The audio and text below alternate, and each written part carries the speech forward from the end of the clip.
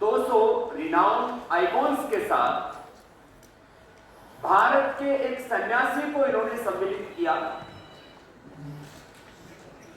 और आज पूरी दुनिया की निगाहें भारत के योग पर है, आयुर्वेद पर है।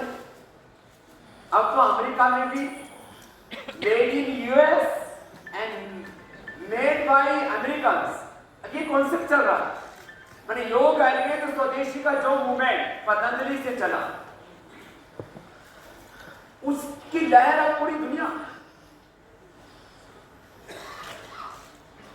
नैतिक एथिक्स ऑफ स्पिरिचुअलिटी, नैतिकता और आध्यात्मिकता पर आधारित ऐसी शिक्षा जिसमें भाषा का बोध हो, विषयों का बोध हो, knowledge of language, knowledge of subjects, इसके साथ करिकुलम में कैरेक्टर बेस्ड, स्पिरिचुअलिटी पर बेस्ड, रूल बेस्ड एजुकेशन पूरी दुनिया को मिले, इसके लिए बहुत बड़ा कार्य पतंजलि से चल रहा है। और मैं एक बात यहां से कहना चाहता हूं, आने वाले 5 से 10 सालों में हमारा लक्ष्य होगा 5 से 10 लाख स्कूलों में गुरुकुलीय शिक्षा को इंट्रोड्यूस करना, जिससे कि पूरी दुनिया में व्यक्तित्व निर्माण, चरित्र निर्माण और युग निर्माण की एक नई दिशा हमारे यूथ में, हमारे स्टूडेंट्स में ऐसी एक उनका ब्रेन का प्रोग्रामिंग हो जो इंटेलेक्चुअल टेररिज्म से, रिलीजियस टेररिज्म से, पॉलिटिकल और कॉर्पोरेट टेररिज्म से पूरी दुनिया को बचा करके सही दिशा में दुनिया को स्वास्थ्य, सुख, समृद्धि, शांति, सफलता, विजय मिले, उस दिशा में बच्चे आगे ये समाज, राष्ट्र और विश्व आगे बढ़ सके, ऐसे वर्ल्ड सिटीज हम देने वाले हैं। पूरी दुनिया में अब जो हेल्थ सीकर्स हैं वो चाहते हैं कि उनको उनके बीपी से, उनके शुगर से, उनके थायराइड, अस्थमा, आर्थराइटिस से मुक्ति मिले। ये सिंथेटिक मेडिसिन से पॉसिबल नहीं होगा, इसलिए पूरी दुनिया की निगाहें भारत की ओर है। और मैडम तुषार के अंदर ये जो प्रयत्न है, मैंने पूछा भाई तुम एक मोम की प्रतिमूर्ति, उसको जीवंत स्वरूप उसमें प्रदान करते हैं, इसलिए इसको ये वैक्स फिगर बोलते हैं, उसको प्रतिमा या उसको दूसरे शब्दों से वो नहीं नमस्ते कि हम हूबहू उसकी प्रतिमूर्ति उसमें जीवंतता प्रदान करते हैं। तो लगभग 2 करोड़ की लागत इनको लग जाती है और मेरे जैसा फिगर बनाने में तो शायद थोड़ा बहुत और ज्यादा ही लगा होगा। तो बात कॉस्ट की नहीं है, एक कॉन्सेप्ट की है। तो वर्ल्ड में ऐसे 24 ऐसे अट्रैक्शन मैडम प्रसाद की ओर से बनाए गए और उसमें भारत और भारतीयता को, और वो भी वर्ल्ड का सबसे बड़ा अट्रैक्शन टाइम्स स्क्वायर पर न्यूयॉर्क सिटी में है और उसमें भारत के एक सन्यासी को इन्होंने स्थान दिया है। हम इसके लिए कृतज्ञता पूर्वक इनका आभार व्यक्त करते हैं। ये स्वामी रामदेव का सम्मान नहीं, ये योग का, आयुर्वेद का, ये भारत की सनातन संस्कृति का जो हमने अपने पूर्वजों से सांस्कृतिक विरासत पाई है, ये उसका सम्मान है। और सबसे ज्यादा लोग वहां पर आते हैं और वर्ल्ड में आइकॉन केवल हॉलीवुड या बॉलीवुड से ही नहीं होते, वर्ल्ड में आइकॉन केवल पॉलिटिक्स से ही नहीं होते, कॉर्पोरेट वर्ल्ड से नहीं होते, केवल साइंटिस्ट ही नहीं होते, सन्यासी भी वर्ल्ड में आइकॉन हो सकते हैं। इसको इन्होंने जो इज्जत दी है, उसको गौरव, सम्मान, प्रतिष्ठा दी है, यह भी इनके एक विजनरी जो एटीट्यूड है उसको दर्शाता है। तो आज मुझसे पूछा कि आपको कैसा लग रहा है, मैंने कहा लग तो मेरे जैसा ही रहा। तो लेकिन जैसे नम्रता कह रही थी, एक मैन मेड ये पुरुषार्थ और एक गॉड मेड स्वामी रामदेव आपके सामने है। तो जब मैं मैडम तुषार अट्रैक्शन लंदन में गया तो करीब 200 तरह से मेरा मेजरमेंट लिया गया, अब तो मैं भूल भी गया उसको। और खड़ाऊ के साथ ही था। अभी भी हम खड़ाऊ पर ही खड़े हैं, एक खड़ाऊ बगल में है तो एक खड़ाऊ खाली भी रखते, इन्होंने हरिद्वार से मंगवा ली।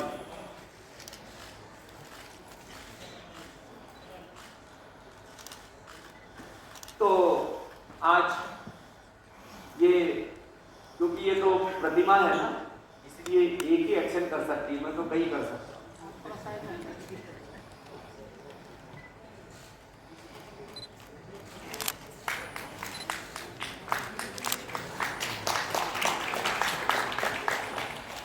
कुछ पूछ रहे थे फिगर की मैचिंग इतनी अच्छी कैसे है?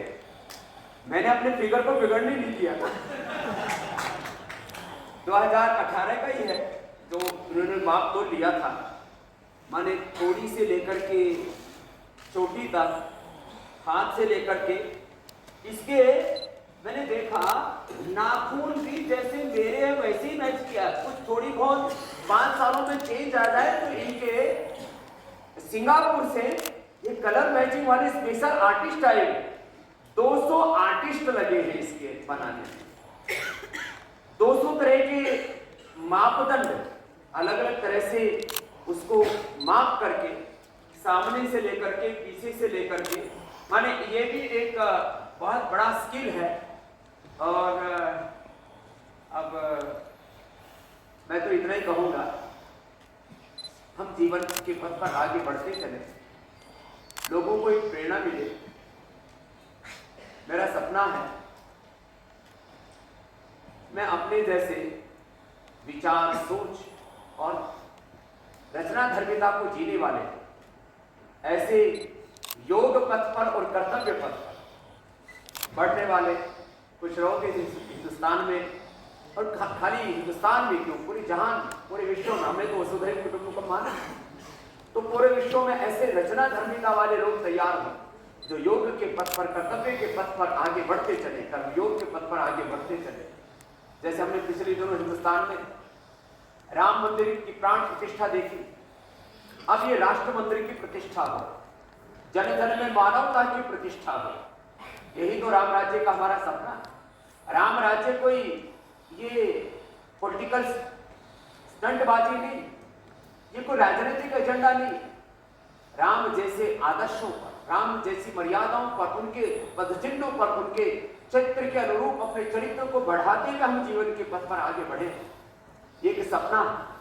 और यदि भारत के संदर्भ में कहूं तो 140 करोड़ में से कुछ बच्चों, कुछ बीमारों, कुछ बुजुर्गों को छोड़ दिया जाए तो 100 करोड़ लोगों के 200 करोड़ वर्किंग हैंड्स, और ये सारे जब राष्ट्र के सृजन में लगे और वो बीमारियों से, बुराइयों से, तमाम तरह की विद्रुपताओं से, तमाम तरह के प्रमादों से, ईगो, इग्नोरेंस से मुक्त होकर के जब सृजन में लगे तो भारत आने वाले मात्र 10-20 सालों में वर्ल्ड की सबसे बड़ी इकोनॉमी ही नहीं, आर्थिक महाशक्ति के साथ एक सामाजिक, आध्यात्मिक, चारित्रिक महाशक्ति हो सकता है। तो इस दिशा में हम आगे बढ़े।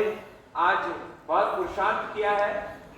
एक बार हम मैडम प्रसाद की ओर से जितने भी यहाँ पर टीम आई हुई है, हमारे मिस्टर तियागो जी से लेकर के एक यहाँ बहन भी है। अब वो बहन है कि बेन है कि बहन है कि भाई, ये पता नहीं लगता मिस्टर ये, लेकिन बहुत बहुत बहन की बात है। तो हम अपने भाई तियागो जी के साथ, बहन जी के साथ, हमारे इंडिया के जो हेड हैं भाई अंशुल जैन जी, उन सहित ये पहली बार माता सुनीता, इंडिया वाले खोजते रहते हैं स्वामी रामदेव को स्कॉटलैंड में लगभग 1000 एकड़ का टापू आइलैंड किसने दिया, वो ये माता यहीं पर बैठी। तो ये छिपावा एजेंडा नहीं, हमने पतंजलि शुरू किया आज से लगभग 20 साल पहले। 75 करोड़ रुपए इन्होंने सीड के रूप में दिया, बीज के रूप में, हमने वापस लौटा दिया इनको। लेकिन एक तरफ हमारा ट्रस्ट का कार्य था, और ये भी सारा अर्थ परमार्थ के लिए है। आज 45,000 करोड़ रुपए का पतंजलि का टर्नओवर, 1 लाख करोड़ का लक्ष्य है। बहुत सी एमएनसीज को हमने शीर्षासन कहा है क्योंकि शीर्षासन हमको बड़ा प्रिय है। और एक कंपनी आगे बची है पतंजलि से, उसका नाम है यूनिलीवर। अब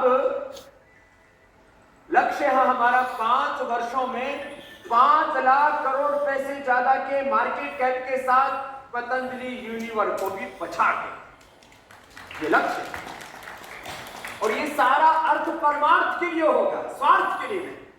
पूज्य आचार्य बागचंद जी यहां पर बैठे, आज से 30-32 साल पहले हरिद्वार से हमने जब जर्नी स्टार्ट की, आपने क्योंकि आज मेरे बारे में इनको कहना था, तो अलीपुर गांव से अनपढ़ माँ बाप के साधारण परिवार के घर से यात्रा शुरू हुई। श्रद्धेय आचार्य बागचंद जी के भी पिताजी एक बहुत, माताजी बहुत साधारण गृहिणी और एक साधारण परिवार, और वहां से हमने शून्य से यात्रा प्रारंभ। लक्ष्य है हमारा इस भारत को आर्थिक प्रगति में, आध्यात्मिक प्रगति में हम विश्व का सिरमौर बनाएं। हम भारत को मात्र एक देश नहीं मानते, भारत माता की मिट्टी को खाली मिट्टी का टुकड़ा नहीं मानते, हम इसको मां मानते, माता भूमि पुत्र हम प्रतिज्ञा, और इसको हम शिखर पर देखना चाहते हैं।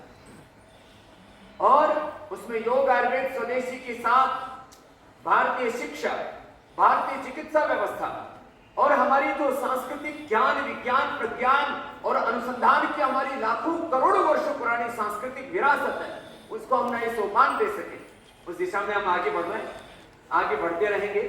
और आज का यह एक ऐतिहासिक क्षण, उसमें आप सब यहाँ पर सम्मिलित हुए हैं। आपके कोई क्वेश्चन हो, मुझे कहा गया, क्योंकि मैं तो सामाजिक, आर्थिक, राजनीतिक और वैश्विक सभी संदर्भों में बात करता हूँ, तो आज मुझे लगता है स्वामी रामदेव, पूज्य आचार्य बागचंद जी और पतंजलि का जो योगदान है, उसकी जो रचना धर्मिका है, मैंने कहा योग पथ और कर्तव्य पथ पर आगे बढ़ते हुए हम जो कुछ दुनिया के लिए देना चाहते हैं और करना चाहते हैं, उसी संदर्भ में क्वेश्चन होंगे तो ज्यादा बेहतर होगा।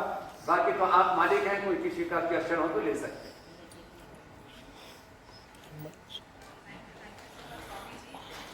Getting your words of wisdom and enlightening all of us. So we are opening the floor for media interaction. You all are requested to kindly keep your questions pertaining to the current occasion. Please raise your hand if you have a question. Baba Ramdev ji, प्रश्न है, मैं S के भारद्वाज हूँ, global voice news channel से। Sir, मेरा प्रश्न ये है कि अभी वर्तमान में जो सरकार है वो आपके फेवरेबल है, आप उनको मदद भी करते हैं, परंतु जब हमने देखा सम्मान के बारे में, तो बिहार के एक व्यक्ति को अभी सर्वोत्तम सम्मान मिले हैं, जबकि ऐसा लगता है, देखा जाता है कि आपका जो कार्य है उनसे कहीं ज़्यादा श्रेष्ठ है, कहीं ज़्यादा उत्तम कार्य कर रहे हैं, फिर ये सम्मान आपको क्यों नहीं? आपके सम्मान के लिए आपको बहुत बहुत प्रणाम। मैं मानता हूँ कि जो भी भारत में की मिट्टी में पैदा हुआ है वो हर व्यक्ति भारत रत्न है,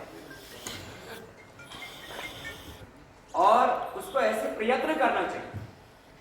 हर भारत की मिट्टी में पैदा हुआ व्यक्ति भारत रत्न है, उस भारत रत्न को ऐसा प्रयत्न करना चाहिए कि मैं इस भारत माता का गौरव विश्व में प्रतिष्ठापित करने के लिए क्या योगदान कर सकता हूं।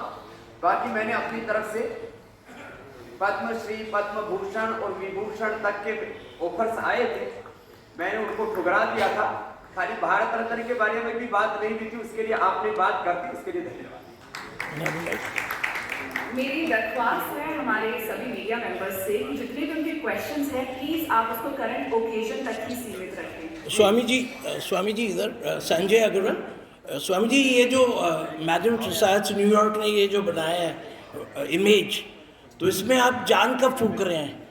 कौन सा अनुष्ठान करेंगे और इसमें जान कब फूंक रहे हैं? अब प्राण प्रतिष्ठा इधर है और मनुष्य की प्रतिभा की प्रतिष्ठा इधर है, तो इसलिए आज हमने इसमें जो प्रतिभा है उसको गौरव दे दिया है। बाकी ये बड़ा गहरा प्रश्न है कि क्या किसी मूर्ति में प्राण प्रतिष्ठा भी होती है? तो जो अदृष्ट सत्यों में विश्वास नहीं रखते वो तो प्राण प्रतिष्ठा को नकारते हैं, उसको एक अविवेकपूर्ण कृत्य कहते हैं। लेकिन जो भारत की विश्वास की परंपरा है और जो धर्म जो अदृष्ट तत्व है, जो अमूर्त पर आधारित है, वहां पर प्राण प्रतिष्ठा भी एक सत्य तत्व है। धन्यवाद। स्वामी जी, सनातन धर्म में जो जीवित पुरुष हैं, जो सनातनी हैं, आप जो योग हैं, क्या उनकी मूर्ति स्थापित की जा सकती है सनातन धर्म में? बाकी हो तो सब चल जाता है। सनातन धर्म में व्यक्ति नहीं व्यक्तित्व की पूजा करो, चित्र नहीं चरित्र की पूजा करो। तो ये जो इसलिए हमने इसको नाम मूर्ति बोला, ना इसमें कोई प्राण प्रतिष्ठा की, ना इसकी कोई पूजा हो रही है। अब कोई इसकी पूजा करेगा तो गाड़ी फूट जाएगा। तो इसलिए यहाँ मैडम तुषार म्यूजियम में ना इसके ऊपर माला डाले जाने वाली है, ना इसकी कोई प्राण प्रतिष्ठा होने वाली है, और ना ही इसकी पूजा होने वाली है।